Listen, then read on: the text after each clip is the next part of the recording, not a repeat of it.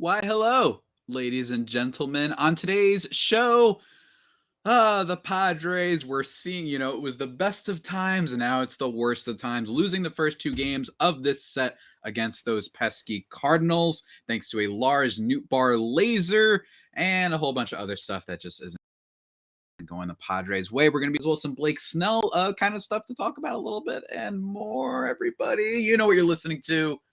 Let's get to it. You are Locked On Padres, your daily San Diego Padres podcast. Part of the Locked On Podcast Network, your team every day.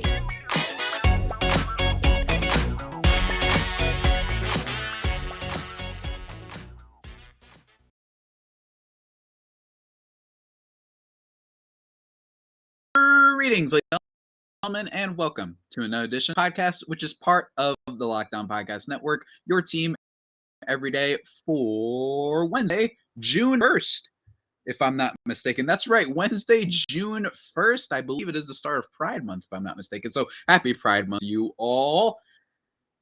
As always, I'm your host with sometimes, occasionally, but certainly not always the most, Javier Reyes. You might be familiar with some of my baseball-related work at places like Baseball FYI, Friars on Base, Off Bench Baseball, or Just Baseball, where I'm a staff writer. I do a whole bunch of stuff over there.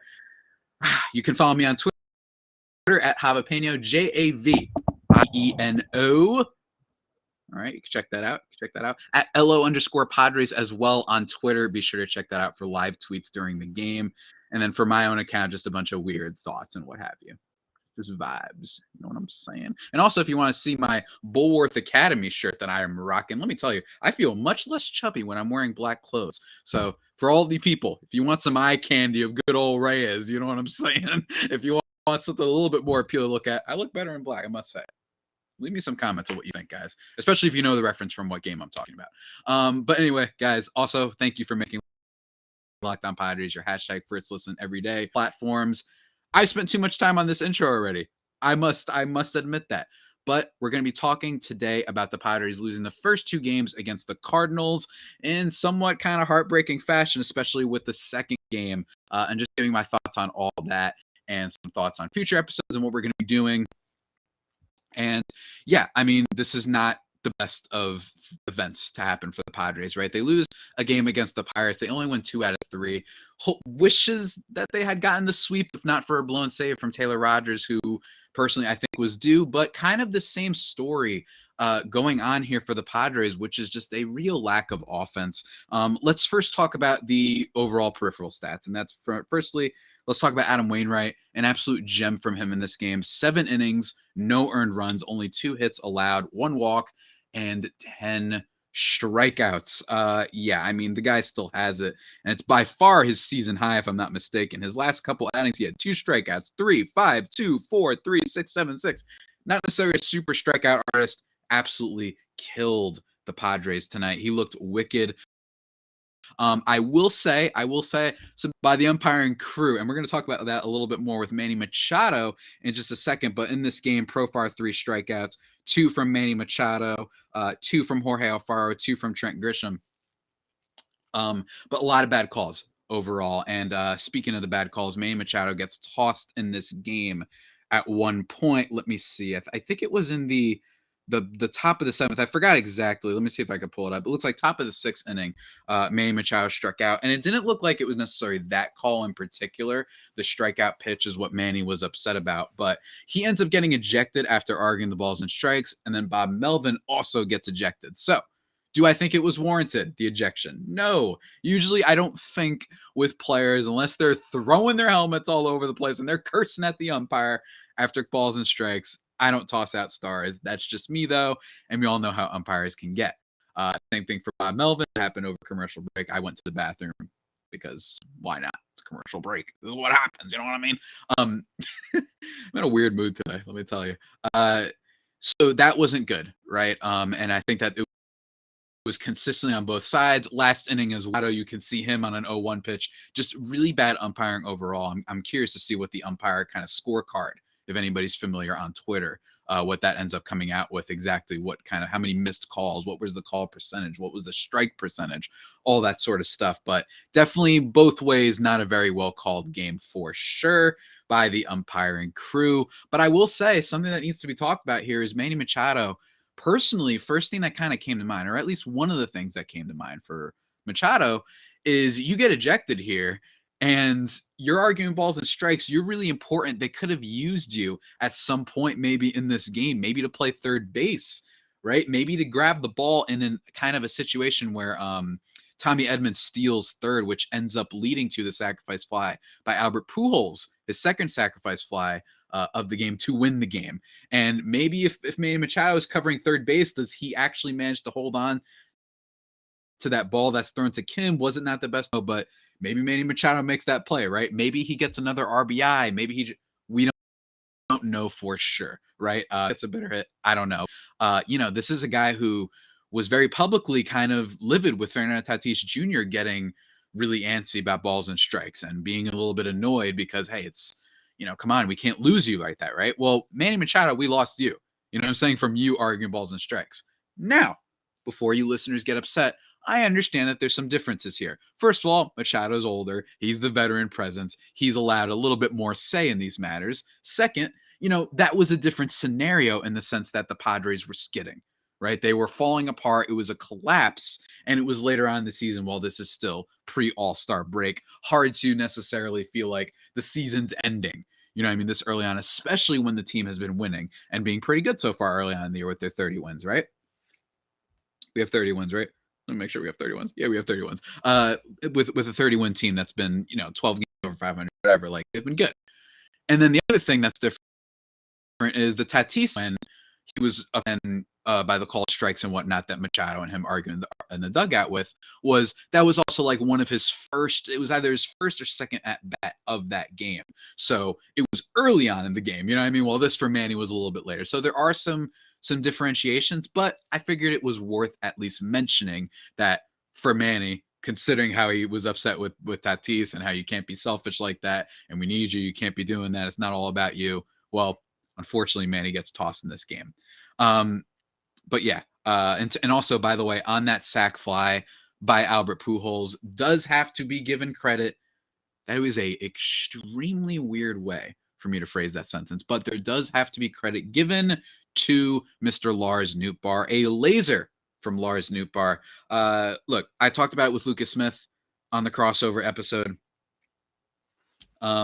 This is what happens sometimes, right? With the Cardinals, is that they've got great defensive players all over the place. They make good plays like this, whether it's Yadier Molina, his famous "you don't run on him" type of stuff, right?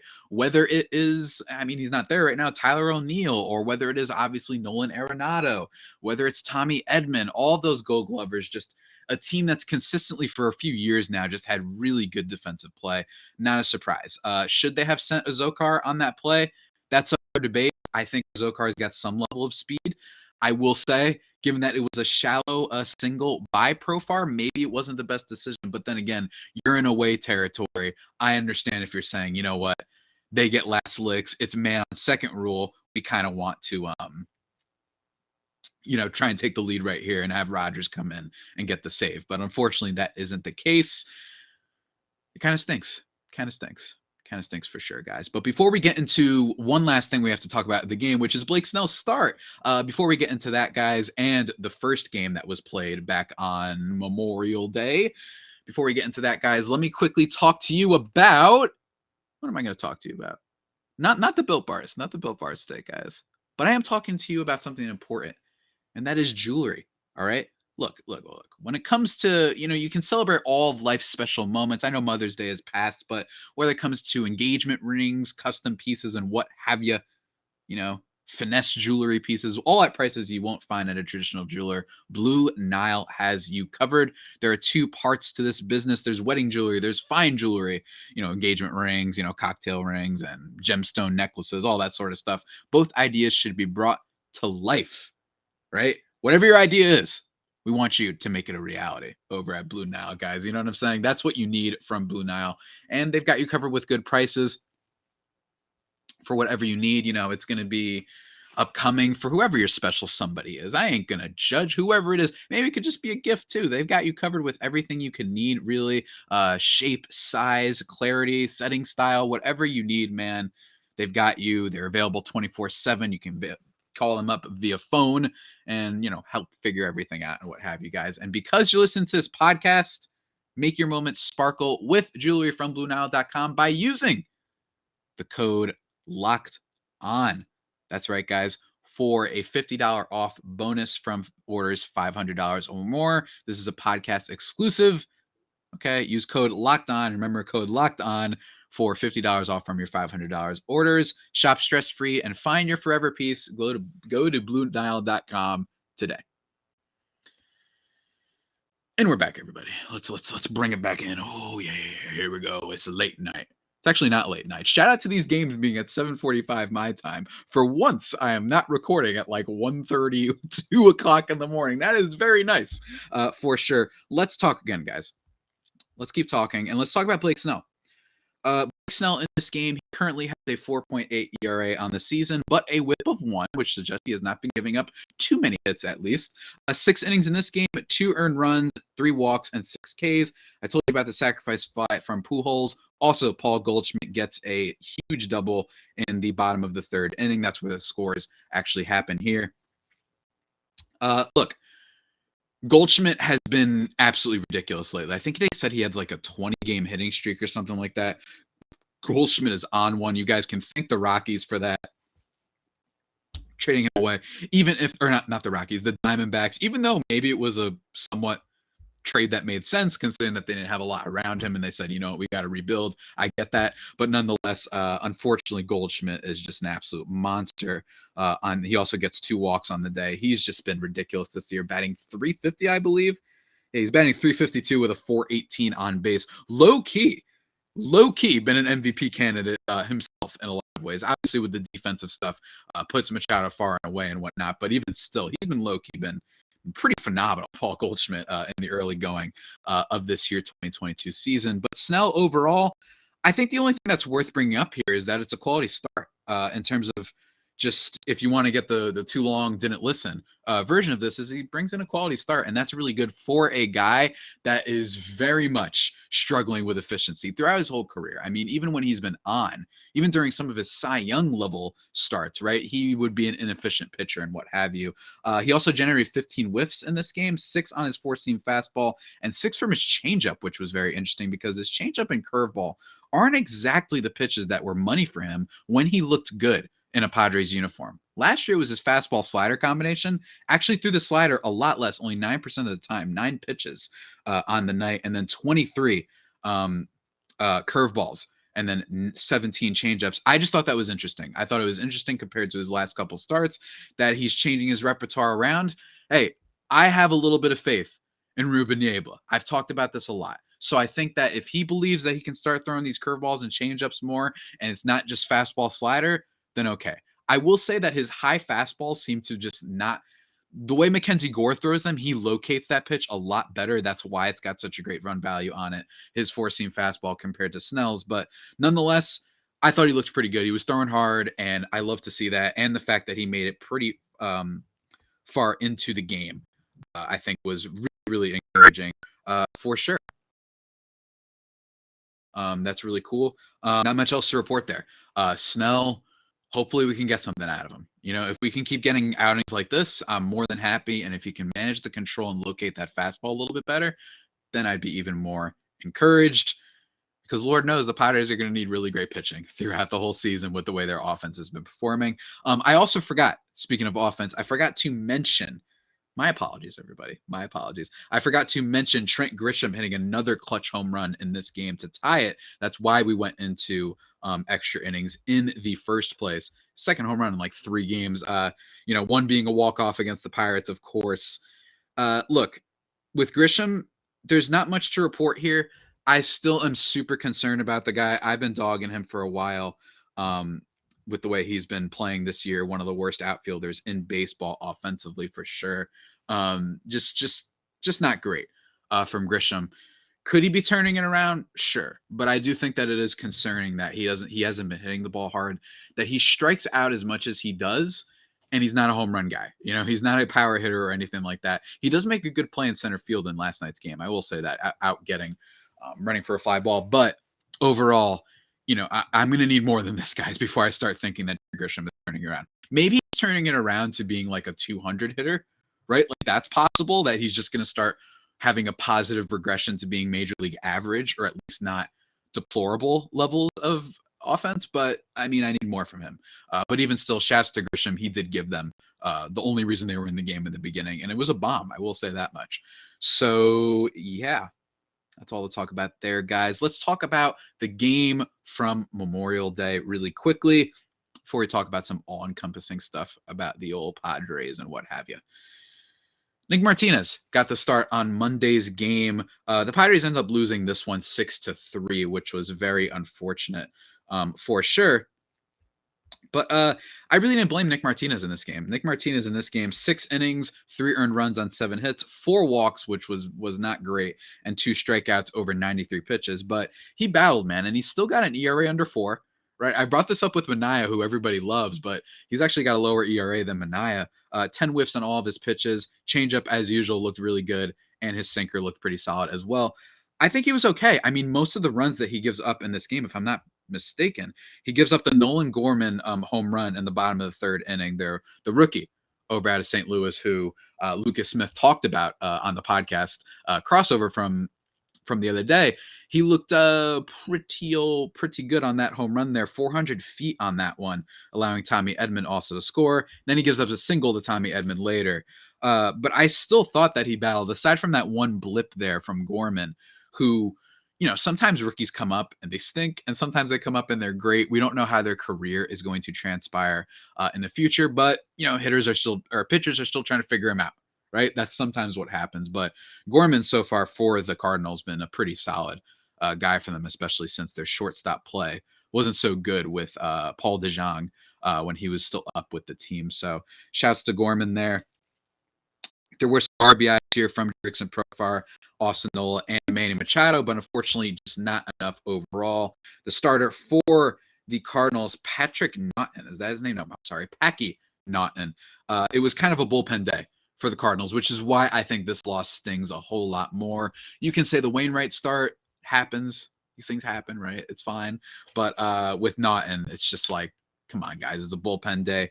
Andre Palante ends up getting the win for them. He goes 3 1/3 innings, giving up only 1 earned run on 5 hits, walking none, striking out 5.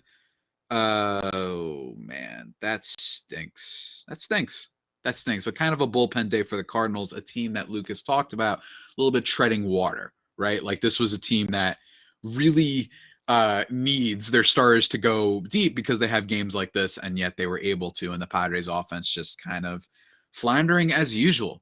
It's not been good. It has not been good. Best of times, worst of times is the way to talk about this Padres team right now, where you have the weekends like they looked against the Giants, but then you have series like against the Pirates where the offense is non-existent. Yes, you pulled it out, but it was the Pirates, right? And then you have this Cardinal series. So not great, guys. But before we kind of conclude this episode and what have you, and, you know, kind of wrap things up and what have you, let's talk a little bit about betting, ladies and gentlemen. Our partners at BetOnline continue to be the number one source for all your betting needs and sports info. Find all the latest odds, news, and sports developments, including this year's basketball playoffs, Major League Baseball scores, fights, and even next season's NFL futures. That's right. Today, if I'm not mistaken, we're going to be hearing about the Madden cover.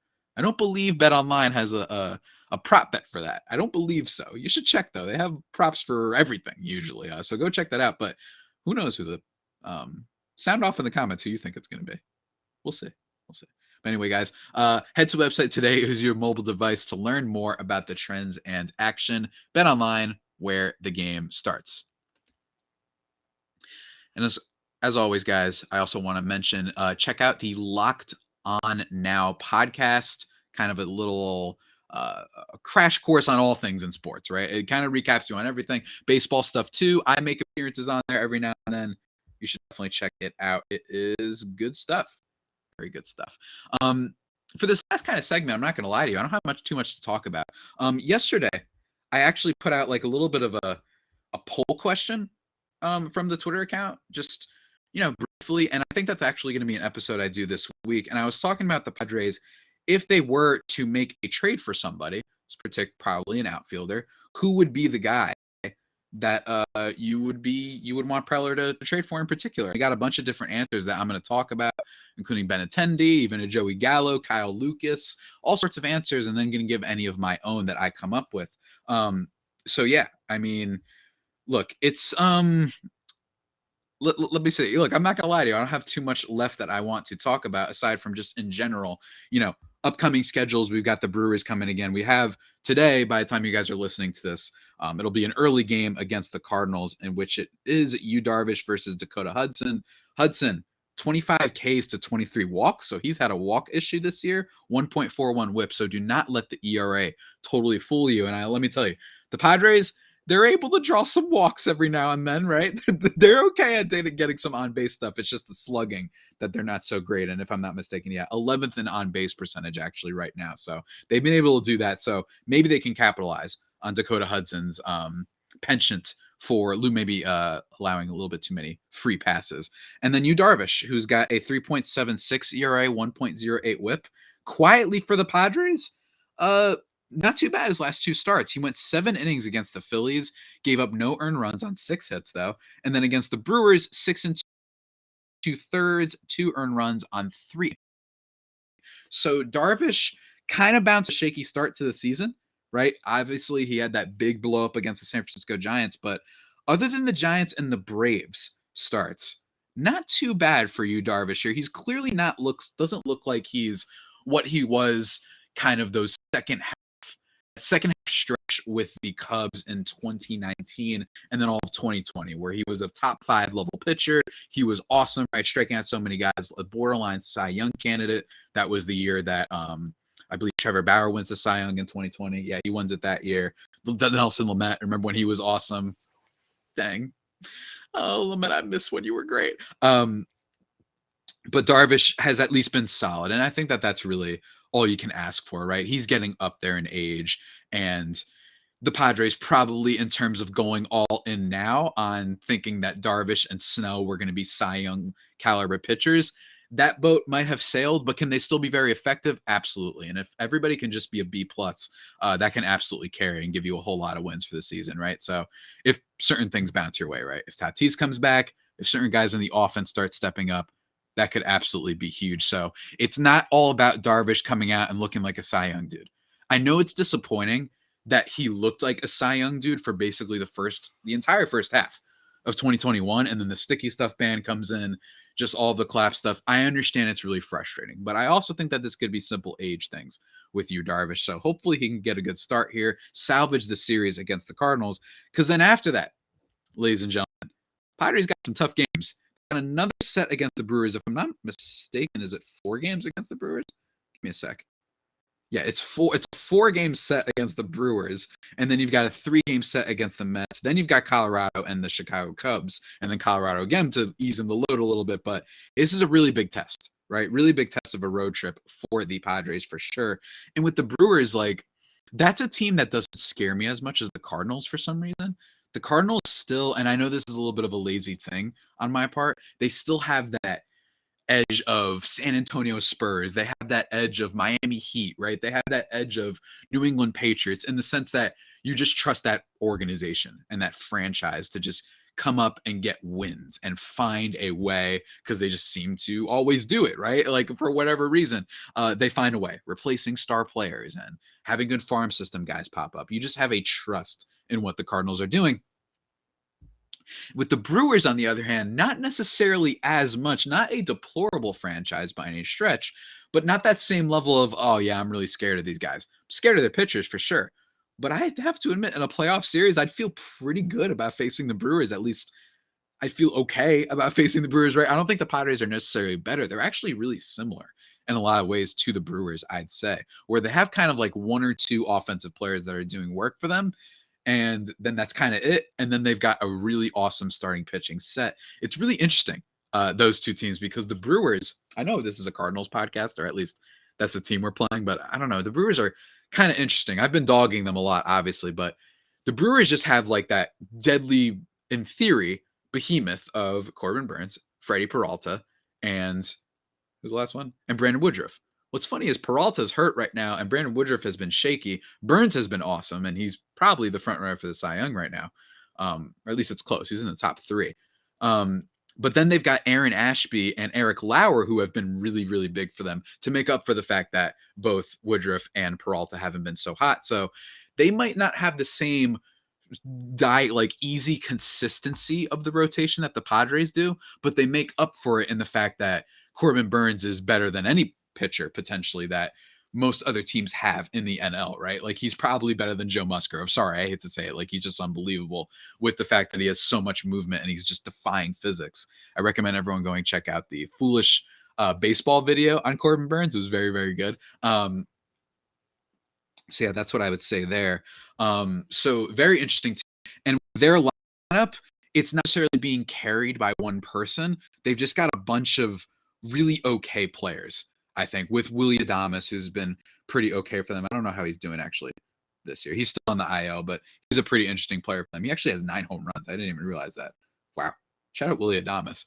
Moved from Tampa Bay and just like it was like he left his toxic ex or something like that. Yelich on the year, he's been okay. 229 average, 320 on base, 374 slugging. He's been whatever, very up and down for him. But yeah, I mean, they've got some guys there with Luis Urias, but even still, the Brewers, they just don't scare me as much. I feel like there's a universe where you could just get a couple big hits from Machado, and maybe if Jay Cronenworth figures out, you could beat them. But nonetheless, this is a big test for the Padres. And Jay Cronenworth, by the way, I must say, I still have faith, man. I smell it. I feel like it's coming. Don't you? I know he goes 0 for 3 in this game, last night's game, I should say. In the first game, though, he did go 2 for 4 with an RBI. Or did he have an RBI? No, just a double and a run scored. I feel like it's coming. I'm still nervous, though. I'm still nervous. But then after that series against the Brewers, they do have the Mets, who I'm looking to do a crossover with Mr. Ryan Finkelstein of the Locked On Mets podcast. I'm sure he's going to answer. Just going to shoot him over a DM. I talk to him all the time. Talk about that series. Shout out Francisco Lindor, Puerto Rican power, baby. My second favorite player, of course, that plays the shortstop position in baseball. Come on, guys. But I've loved him for a long time, and it's just really interesting seeing how on fire he's been. It's like 10 straight games with an RBI from last night. That Mets team is so far and away better. I personally think that if they're right, they are the best team in baseball. The reason I say if they're right is because if they have Scherzer and DeGrom, I think that in a playoff series, if you have those two guys coming out for you on top of the fact that they spent well and smart this offseason, Lindor is having a bounce back year, which I think a lot of people expected. His defense has been a little bit shaky, which is odd, but bounce back year for him offensively. He's been on fire. And then you've got Pete Alonso. And then, like I said, their investments they made in the offseason with Escobar, with Canna, with Starling Marte, right? I just think that they're just really well built. Luis Guillermo is pretty good, right? Like they've got so much stuff on that Mets team. Jeff McNeil is a hitting machine. Jeff McNeil is kind of like a guy that the Padres could really use, just a guy who's just going to be solid and get you some hits. And then they, of course, need some power. They need everything. That's basically what I'm saying. They maybe don't need a Jeff McNeil, actually. They might need just a power hitter. They need someone who's going to hit for power for them. And that's one of the problems with the Padres right now is they don't have extra base hits. They can't get them when they need them to, right? Ha-Seong Kim, good start to the year. I loved what I was seeing from him. Better hard hit rate stuff. Better in terms of just making contact and what have you. Better walk rate. And turning a lot of his pulled pitches, because he tends to be a pull hitter, but turning them into fly balls and resulting in some big home runs for the team early on in the year, but has not been all that great as of late. I thought that he was going to maybe be a 240, 250 hitter. I don't know what he's going to be now. So really concerning stuff for the Padres. But nonetheless, guys, that's basically all I have of my little filibuster moment here. Kind of a filibuster at the end of this podcast, but hopefully you guys enjoyed it. In terms of the future of this pod, I'm thinking tomorrow or Friday, right? Tomorrow or Friday, we're going to do a breakdown of potential trade targets for the Padres early on, right? This is probably something that we're going to relitigate in the future, but going to talk about some of the guys that you all replied to me with that tweet from the Locked On Padres account. give my thoughts on it. And then also going to be doing a crossover with Millard Thomas of the Locked On Diamondbacks podcast, probably again, Thursday or Friday. I don't know the exact order. That should be a lot of fun. Just to have someone to talk to. I think about all this sorts of stuff, and the D-backs who have Christian Walker, who has been low-key really awesome, by the way. He's just hitting home runs. I just saw while recording this podcast, he had a big hit, if I'm not mistaken, against, are they playing the Dodgers right now? No, who the heck are they playing? I don't know who they're playing right now, but they're doing stuff, right? So shouts to Millard, at least something to be happy about over there. And then, of course, I'm still working on doing my thoughts on the Joe Musgrove potential extension. Maybe next week, maybe this week, depending on when I can write it. Going through some personal stuff right now, some a little bit of anxiety stuff. So working on that. So I'm trying to get myself into it. But that's what you can expect, guys. You got to expect to keep the faith too. That's important. That's important, everybody. But with that all being said, that about does it for today's edition of the Locked On Padres podcast, the only pod that may be better than the Padres themselves. Remember to subscribe to the podcast wherever you get your podcasts from. Follow me on Twitter at Javipeno, Javiipeno, and at LO_Padres on Twitter. And until next time, stay safe and, of course, stay faithful. My Friar Faithful homies, take care. Yeah.